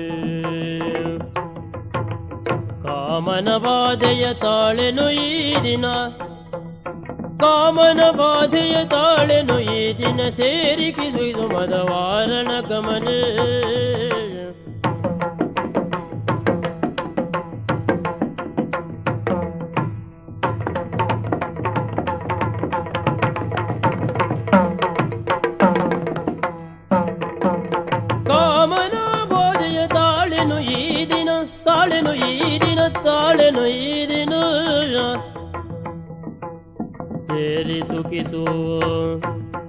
ಸೇರಿಸುಕಿಸು ಮದ ವಾರಣ ಗಮನೆ ವಾರಣ ಗಮನೆ ವಾರಣ ಗಮನೆ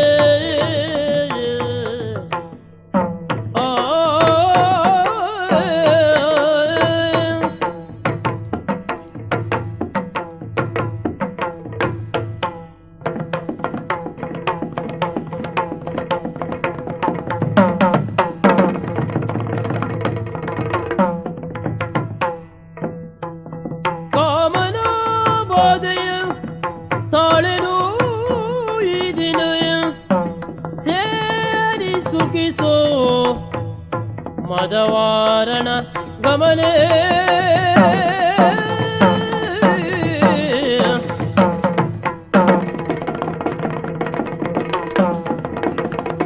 ಬಾರೆ ನೀರೆ ಚೆಲುವೆವು ಮನ್ಮನ ಸೂರೆಗೊಂಡು ಸೆಳೆವೆ. ಓ ನಾಟ್ಯಗಾರ್ತಿಯೇ, ದೊರೆಗಳು ನಾನೇ ಇಲ್ಲಿಗೆ ಬಂದದ್ದು. ಹೌದೌದು, ನನ್ನನ್ನು ಅಲ್ಲಿಗೆ ಕರೆಸಿಕೊಳ್ಳುವುದನ್ನು ಬಿಟ್ಟು ಯಾಕೆ ಬಂದದ್ದು ಅಂತ ಗೊತ್ತಾಗ್ಲಿಲ್ವಲ್ಲ. ಅಗತ್ಯವಾದ ವಿಷಯವನ್ನು ನಿನ್ನಲ್ಲಿ ಮಾತಾಡ್ಲಿಕ್ಕಿತ್ತು, ಹಾಗಾಗಿ ಇಲ್ಲಿಗೆ ಬರಬೇಕು. ರಾತ್ರಿ ಹೊತ್ತಿನಲ್ಲಿ ಖಂಡಿತವಾಗಿಯೂ ಹೌದೇ. ಏನದು? ನಿನ್ನ ಈ ಮನಮೋಹಕವಾದ ರೂಪವನ್ನು ನೋಡಿ ಮನಸಾರೆ ಮೆಚ್ಚಿಕೊಂಡವನು ನಾನು. ನೀನು ಹೂ ಅಂತಿ ಅಂತ ಆದ್ರೆ ಈ ಕ್ಷಣದಲ್ಲಿಯೇ ನಿನಗೆ ಶಾರೀರಿಕವಾದ ಸುಖವನ್ನು ಕೊಡುವುದಕ್ಕೆ ಸಿದ್ಧ ನೋಡು. ಪ್ರಭು, ಏನಿದು ನೀವು ಆಶ್ರಯ ಕೊಟ್ಟವರು ನಮಗೆ ಈ ರೀತಿ ಬಂದು ದೇಹ ಸುಖ ಕೇಳುವುದರಲ್ಲಿ ಅರ್ಥ ಉಂಟೆ ಹೇಳಿ? ಮೆಚ್ಚಿ ಆಗಿದೆ, ಒಪ್ಪಿಗೆ ಕೊಡುವುದು ಮುಖ್ಯ. ನೀನು ಒಪ್ಪಿ ನೀನಾಗೆ ಬಂದ್ರೆ ಸರಿ, ಇಲ್ಲದೆ ಇದ್ರೆ ಏಕಾಂತ ಭವನದಲ್ಲಿ ಬಲಾತ್ಕಾರ ಮಾಡಿದ್ರೆ ಕೇಳುವ ಬಲಾತ್ಕಾರ ತಡೀರಿ. ಬಲಾತ್ಕಾರದಿಂದ ಯಾವ ಸುಖ ಸಿಗ್ತದೆ ಹೇಳಿ? ನಮಗಷ್ಟೇ ಸಾಕು. ನಾನು ಒಪ್ಪಿ ಬರ್ತೇನಲ್ಲ, ಬನ್ನಿ ಹೀಗೆ ಬನ್ನಿ. ರಂಗಿಣಿಯ ಕಾಯಕಾಂತಿಯನ್ನು ಕಂಡು ಹುಚ್ಚರಂತೆ ವರ್ತಿಸ್ತಾ ಇದ್ದಾನೆ ಈ ಕಂಠೀರವ. ಇವನು ನಿನ್ನ ಬದುಕುವುದು ಬಿಟ್ಟರೆ ಆಗುವುದಿಲ್ಲ. ಪಾಪಿ ಮಗನೇ, ಹೇಮಂತ, ತಡ ಮಾಡುವುದಲ್ಲ, ಈಗಿಂದೀಗಲೇ ಅಕ್ಷಯ್ ಕುಮಾರ್ನನ್ನು ಸೆರೆ ಬಿಡಿಸಬೇಕಾಗಿದೆ. ಹೀಗೆ ಹೋಗೋಣ.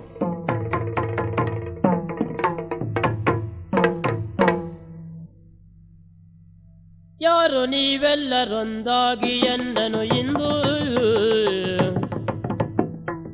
ಯಾರು ನೀವೆಲ್ಲರೊಂದಾಗಿ ಎನ್ನನು ಇಂದು, ತೆರೆಯ ಬಿಡಿಸಿದಿರಿ ಪರಿಯೇನೋ.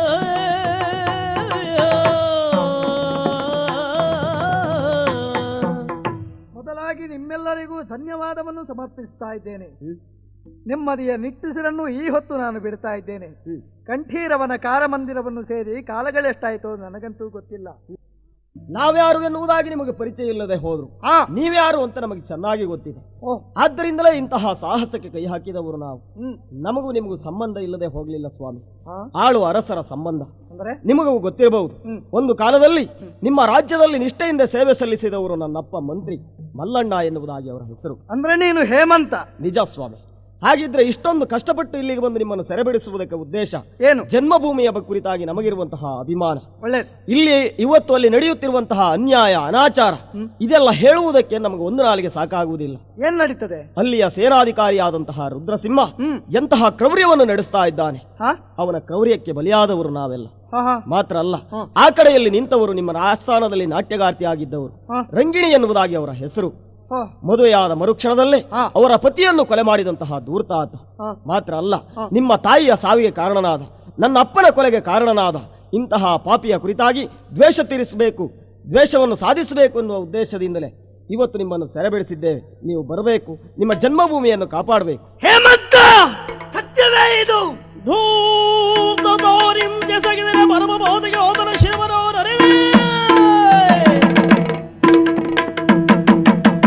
ಸಾಕು, ಮುಂದುವರಿಸಬೇಡ. ಕೇಳುವುದೇ ಕಷ್ಟವಾಗ್ತದೆ. ನನ್ನ ತಾಯಿಯ ಸಾವಿಗೆ ಕಾರಣ ರುದ್ರಸಿಂಹ, ಈಕೆಗೆ ವೈದವ್ಯಕ್ಕೆ ಕಾರಣ ರುದ್ರಸಿಂಹ, ನಿನ್ನ ತಂದೆಯನ್ನು ಕೊಂದವ ರುದ್ರಸಿಂಹ. ಅಂತಹ ಚಂಡಾಲನ ನಾಶ ಹಿಂದೆ ಎಳೆ ಹೋಗೋಣ. ಅಕ್ಷಯ ಕುಮಾರ, ದುಡುಕಬೇಡ. ಈಗಲೇ ಕಾರ್ಯೋನ್ಮುಖರಾಗುವುದು ಸರಿಯಲ್ಲ. ವೇದಿಕೆ ನಿರ್ಮಾಣ ಆಗಬೇಕು, ಅಲ್ಲಿಯ ಪರ್ಯಂತ ನಾವು ಕಾಲದ ನಿರೀಕ್ಷೆಯಲ್ಲಿ ಇರಬೇಕಾಗ್ತದೆ. ಈಗಾಗಲೇ ಹುಚ್ಚಿ ಎನ್ನುವ ಪಟ್ಟ ನನ್ನ ಪಾಲಿಗೆ ಬಂದಿದೆ. ಹುಚ್ಚಿಯಂತೆ ನಟಿಸಿ ಇಲ್ಲಿನ ವಿಷಯವನ್ನೆಲ್ಲ ಸಂಗ್ರಹಿಸಿ ನಿಮ್ಮ ಹಿನ್ನೆಲೆಯಲ್ಲಿಯೇ ನಾನಿದ್ದು ಅದನ್ನೆಲ್ಲ ನಿಮಗೆ ತಿಳಿಸುತ್ತೇನಂತೆ. ಅಲ್ಲಿಯ ಪರ್ಯಂತ ನೀನು ಗುಟ್ಟಾಗಿ ಇರಬೇಕು. ಅಂದ್ರೆ ನಾನು ಕಲ್ಯಾಣಪುರದ ರಾಜಕುಮಾರ ಎನ್ನುವುದು ಕಲ್ಯಾಣಪುರದಲ್ಲಿ ಪ್ರಕಟ ಆಗಬಾರದು, ಗೊತ್ತಾಗಬಾರದು. ರಹಸ್ಯವಾಗಿ ಎಲ್ಲಿರ್ಲಿ ಅಲ್ಲಿಯವರೆಗೆ ನಮ್ಮ ಮನೆಯಲ್ಲಿ ಆದಿತ್ಯ.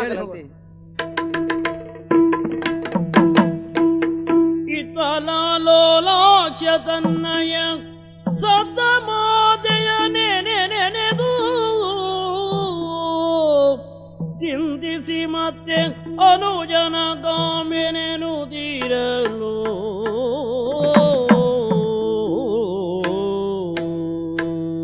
ಸ್ವಾಮಿ, ನನ್ನ ಪರಿಸ್ಥಿತಿಯನ್ನು ಎಣಿಸ್ಕೊಳ್ಳುವಾಗ ನನ್ನ ಹೊಟ್ಟೆ ಒಳಗೆ ಬೆಂಕಿ ಬಿದ್ದ ಅನುಭವ ಆಗ್ತಾ ಉಂಟು ನೋಡಿ. ಯಾವ ಕ್ಷಣಕ್ಕೆ ನಾನು ಅಧಿಕಾರಿ ಆದನೋ ಅಲ್ಲಿಂದಲೇ ಒಂದೊಂದೇ ಅವಘಡ ಪ್ರಾರಂಭ ಆಯಿತು ನೋಡಿ. ಮೊದಲೇ ಅಪ್ಪಯ್ಯ ಸತ್ತಿದ್ರು, ಹಾಸಿಗೆಯಲ್ಲಿ ಹೇಸಿಗೆ ಮಾಡಿಕೊಂಡೇ ಹೋದರು ಅವರು. ನಾನು ಆ ಕಡೆಗೆ ತಲೆ ಹಾಕಲಿಲ್ಲ. ಇತ್ತ ನೋಡಿದರೆ ಕೆಲವೇ ದಿವಸದಲ್ಲಿ ಮಂತ್ರಿ ಸತ್ತ. ಹೇಗೆ ಸತ್ತಂತ ಯಾರಿಗೂ ಗೊತ್ತಿಲ್ಲ. ಅಷ್ಟೇ ಅಲ್ಲ, ನನ್ನ ತಮ್ಮನನ್ನು ಆ ಪಾಪಿ ಮಗ ಗಂಟಿರವ ಸೆರೆ ಹಿಡ್ಕೊಂಡು ಹೋದ. ನೋಡಿದ್ರ, ಒಂದ್ರ ಮೇಲೆ ಒಂದು. ನಾನು ಅಧಿಕಾರಕ್ಕೆ ಬಂದದ್ದು ಜನ ಎಲ್ಲ ಹೇಳ್ತಾ ಇದ್ದಾರೆ ಈಗಾಗಲೇ. ನೋಡಿ, ಇದು ಹೇಳಲಿಕ್ಕೊಂದು ಕಾರಣ ಆಯ್ತಲ್ಲ. ಕಲ್ಯಾಣಪುರದ ಅಧಿಕಾರಿ ನಾನು ಅಂತ ಸಂತೋಷ ಪಟ್ಟವ. ಪರಿಸ್ಥಿತಿ ನೋಡಿದ್ರೆ ಹೀಗೆ ಮುಂದುವರಿದ್ರೆ ಕಲ್ಯಾಣಪುರ ಅಲ್ಲ, ಇದು ಸ್ಮಶಾನಪುರ ಆಗುವ ಸಾಧ್ಯತೆ ಉಂಟು ನೋಡಿ. ಏನು ಮಾಡಬೇಕು ಅಂತ ತೋಚುವುದಿಲ್ಲ. ಇಷ್ಟಕ್ಕೆಲ್ಲ ಕಾರಣ ಆ ಪಾಪಿ ಮಗ. ನೀವು ಅಧಿಕಾರಿ ಆಗ್ತೀರಿ ಅಂತಾದ್ರೆ ನಿಮಗೇನು ಕಡಿಮೆ ಇಲ್ಲ, ಹೆಣ್ಮಕ್ಳು ಆಚೆ ಈಚೆ ಬೇಕಾದಷ್ಟು ಅಂತ ಹೇಳಿದ. ಒಂದು ದಿವಸ ಒಂದು ಹುಡುಗಿ ಮುಖ ನೋಡಿದ್ದಿದ್ದ ಬೇಜಾರ ಇಲ್ಲ ನನಗೆ. ಒಂದು ದಿವಸ ವನವಿಹಾರ, ನಮ್ಮ ನೀಲಗಗನ ಎಂಥದ್ದು ಇಲ್ಲ ಹೋಯ್ತು ನೋಡಿ. ಹೌದು. ಹಾಗಿದ್ರೆ ಇಷ್ಟಕ್ಕೆಲ್ಲ ಅವನೇ ಅಲ್ವಾ ಪಾಪಿ ಮಗ ರುದ್ರಸಿಂಹ. ಅವ ರುದ್ರಸಿಂಹ ಅಲ್ಲ, ನನ್ನ ಪಾಲಿಗೆ ಉದ್ರಾಟಿಗೆ ಸಿಂಹ ಆಗಿ ಹೋದ ಪಾಪಿ ಮಗ. ನನಗೆ ಜೋರು ಮಾಡಬೇಕು ಅಂತ ಎಷ್ಟೋ ಬಾರಿ ಎಣಿಸ್ಕೊಳ್ಳುವುದು ನಾನು. ಮತ್ತೆ ಮುಖ ನೋಡಿದ ಅಕ್ಷಣ ಒಂದು ರೀತಿ ಆಗುವುದು ನನಗೆ. ಅದು ಬೈಲಿಕ್ಕೆ ಮನಸ್ಸು ಬರುವುದಿಲ್ಲ. ಬೈಯುವುದಕ್ಕೆ ನಾನು ಮನಸ್ಸು ಮಾಡ್ರು ನನ್ನ ಎದೆ ಒಳಗೆ ಆಗುವಂಥ ಶಬ್ದ ಬಿಡುವುದಿಲ್ಲ ನೋಡಿ. ಅದೇ ವಿಚಾರ ಮಾಡ್ತಾ ಇದ್ದೇನೆ. ಅವ ಎಲ್ಲಿ ಹೋದನೋ ಏನೋ. ರಾಜರಾಜಾಧೀಶ ಅರಿತಿಮಿರ ಮಾರ್ತಾಂಡ ಸಕಲ ಕೀರ್ತಿ ಕಾಂತ ಮನೋಹರ ಲೋಲಾಕ್ಷ ಮಹಾರಾಜರಿಗೆ ಜಯವಾಗಲಿ, ಜಯವಾಗಲಿ. ಆ ತುದಿದು ಒಂದು ಸಾಕು ಪುಣ್ಯಾತ್ಮ, ಬುಡದ್ದು ಒಂದು ನನಗೆ ಅರ್ಥ ಆಗುದಿಲ್ಲ. ನೀವ ಹಂತವನ್ನು ಹೇಳಿದ್ದೀರಿ ಸ್ವಾಮಿ. ಅಲ್ಲ ಬಂದದ್ದೇನು ಈಗ ನೆನಪಾಯ್ತಾ? ಕಾರಣ ಉಂಟು. ಏನು? ನೀವು ಸುಮ್ಮನೆ ಕುಳಿತಿದ್ರಲ್ಲ ಇಲ್ಲಿ, ಮತ್ತೇನು ಬೊಬ್ಬೆ ಹಾಕುದಾ? ಅಲ್ಲ ನಾವು ಒಬ್ಬೆ ಹಾಕಬೇಕಾಗ್ತದೆ.